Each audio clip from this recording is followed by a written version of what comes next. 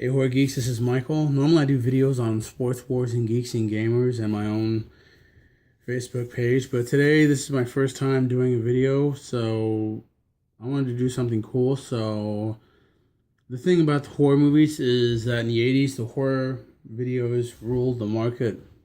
They just, we'd always go to video stores, on the weekend, get a horror movie, rent it, and come home and just get some sodas, eat candy, popcorn, pizza, whatever.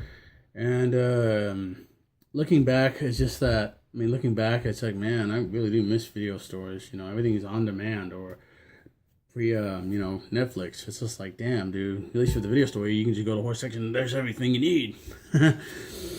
So I wanted to do a video today called The Rise and Fall of Media, Home Video. Actually, it's Media Home Entertainment, I'm sorry. I was, over the last weekend, a couple weeks ago, I'm sorry, last weekend they were doing, on the LA network, they were doing the Nightmare on Elm Street series, Freddy's Nightmare, and then they were showing the movies, parts 1 through 5. I guess they didn't get the rights to show Freddy's Dead, which kind of pissed me off, but, I guess they just wanted to go the old ones. Before Freddy became too much of a mock character of himself.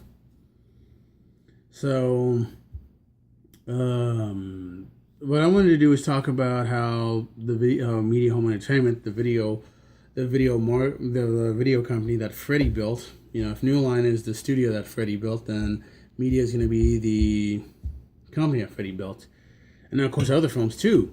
So before I segue into Freddie, I just want to talk about Media Home Entertainment. Was actually, I didn't know this till I had to find them on Wikipedia, that they were founded in the late 70s by Charles Band, the guy who created Full Moon Pictures and is still running Full Moon Pictures and did a bunch of other films too.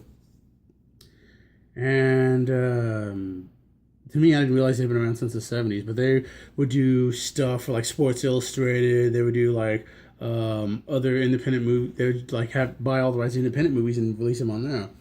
They're most famous for buying the rights to, well, they didn't buy the rights. I guess Bob Shea worked out a deal because New Line Cinema didn't even have a home video.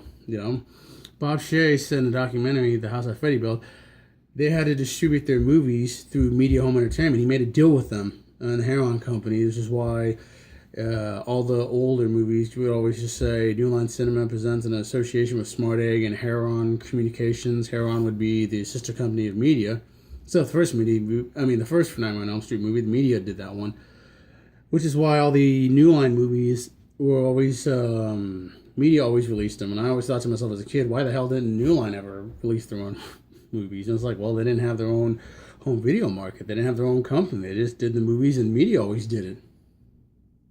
Media had done a lot of movies I didn't know about. They did the Freddy movies. They did the old Cannon movies. Canon used to go through MGM, but then they lost their rights. So then some of the older Canon movies, Canon, the B movie company, did all the action films and Masters of the Universe and the He-Man 4, which was a steaming pile of shit. They did a lot of their films, like Break-In 2, Electric Boogaloo. They did a lot of Chuck Norris and some of the Death Wish films. They did Mission Action 1. Well, they did Braddock Mission Action 3. They did Hero of the Terror. They did a couple other films, and then one of my all-time favorite Chuck Norris movies is The Delta Force, and I can just remember, hearing that theme,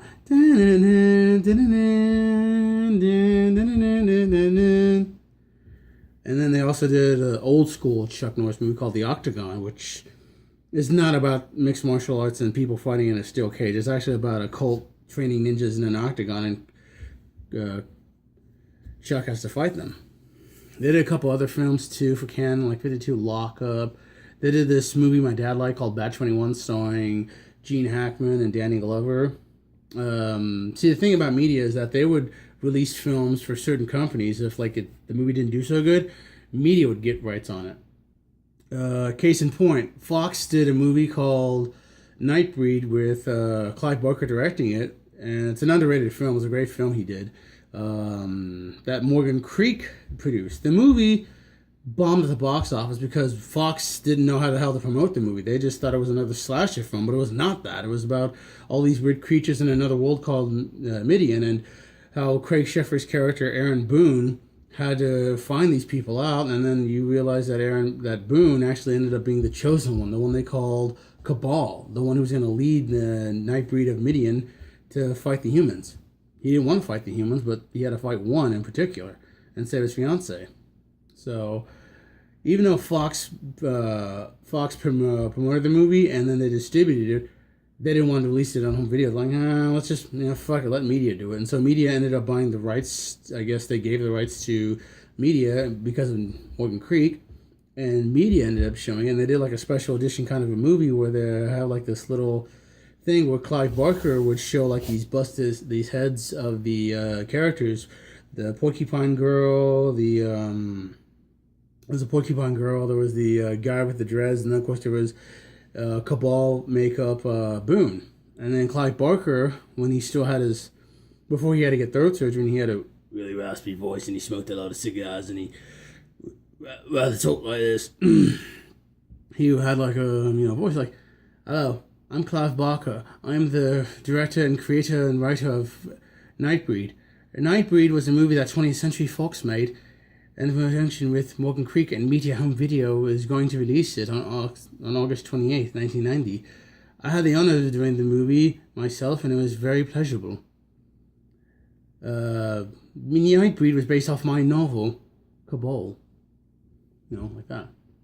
They also got rights to other films like I, Madman and Teen Witch and other films. I remember they got the rights to this old Dolph Lundgren action movie, which I still watch to this day, called I Come in Peace, even though they called it Dark Angel overseas, but over here in America it was called I Come in Peace, because in the movie the main villain, who's an alien drug dealer, always used to say, "I come in peace," and then he would kill whoever he had to, except for Dolph, because Dolph's a hero, and obviously he's got to fight this guy.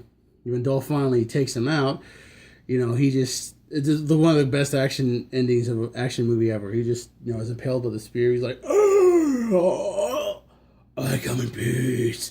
And Dolph grabs his machine gun, turns that son of a bitch up to 11, looks at him and says, "And you go in pieces, asshole." Pulls the trigger and Metallica's the motherfucker to smithereens. I'm sorry, but that's what he did. Blows the guy up and that's it. So, people who watch that Jonah Hill movie, The Sitter, would probably know that ending. Which I thought was cool when I saw that film. But getting to the point at hand, they did the Freddy Krueger films. From part 1 to part 5, they owned those rights. And they also showed other films too, like they did Halloween 1 and 2. They got Texas Chainsaw Massacre 1 and 2. They didn't do part 3 because by then New Line Video was being created through RCA Columbia, and then all their other films were being sent through there. Teenage Mutant Ninja Turtles 2 would be there, and by that time they had created New Line Video. So by then they didn't need media. They had their own. Little niche. So then all their other movies would go through Sony and RCA Columbia, and then would ultimately, like House Party and Hairspray and all the other films, would just go straight to Sony, and then New Line Cinema would do that. In fact, New Line Cinema, when they finally became their own parent film, the irony is the first movie they got was Freddy's Dead: The Final Nightmare. And then by that time, media had just lost their rights to Freddy. Canon created Canon Video through home video through Warner Brothers, and then Fox was actually just saying, "Screw it, we'll just release our own movies." And we don't need media. Our movie bombed. It is what it is. But whatever. Sometimes it still will go through media, like with Scanners 2: The New Order, or other times like other companies would just release their movies. But to me, the reason I still remember media is because they did, again, going back to Freddy. To me, that was, every time I see, a Freddy VHS, there it is, media.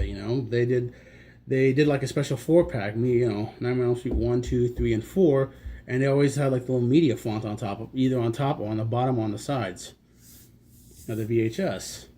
And to me, as a kid, I didn't know that business meant like you had to go through here. So it's kind of like, to me, I always thought if a film company did it, why the hell can't they just really promote their own movies? But it's like, it doesn't work like that. than, as a kid. Now it's like, well, they didn't have the home video and they had to sell the rights off to somebody else. It is what it is. Bob Shea did what he had to do. Problem is, he was under contract, so it's not like I can just create my own. It's like, nope, we're still under contract, which means Freddie's coming to us. So, I just remember just thinking about, again, just going back to El Rey, just thinking about it, and that again, if you go to the video, if you grew up in the 80s or the 90s and you saw all these old VHS tapes before there was DVD and Blu-ray, you always saw the Nightmare on Elm Street movies by either media or the re-releases through New Line Home Video.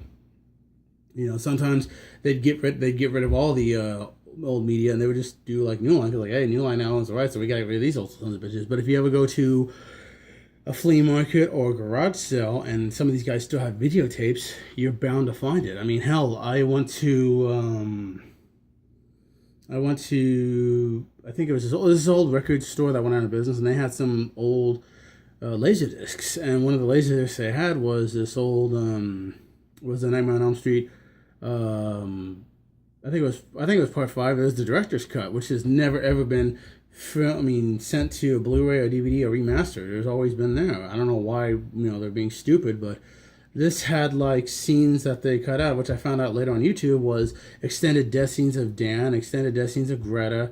The death scene of Mark, really, wasn't all that graphic. Basically, it was just Freddy slicing up a whole comic book, cut out stand of him. So it's not like you need to see blood and guts or anything like that. But Dan's death was a lot more longer and graphic. You saw like the wires coming into his body, like Tetsuo the Iron Man.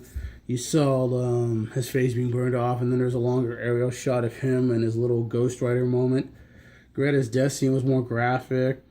The MPA was on Stephen Hopkins' ass saying, you gotta cut this, you gotta cut this, you gotta cut this. And the makeup guy's like, oh my god, this is every time.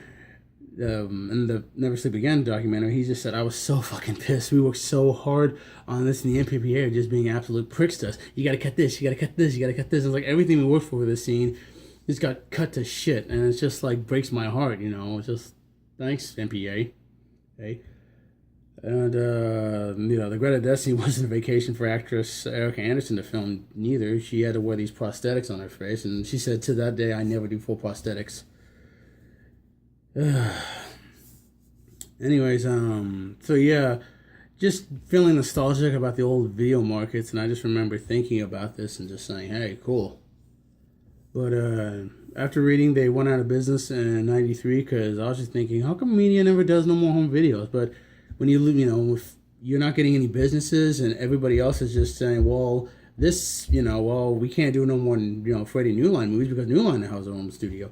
We can't do no more Canon because Canon's do Warner Brothers now, And then what else? The only thing you can do is just do either Sports Illustrated films or just other indie projects nobody really gives a rat's ass about. So they just folded in '93. And I remember being on this webpage called The 80s Select on Facebook, and somebody said, dude, I grew up watching media horror films. That was my shit. So, sorry. Comes and goes. Dust in the wind, what have you. Anyways, thank you, Wes Blank and Chris Brooks. This is Michael, and I'll see you guys later. So long.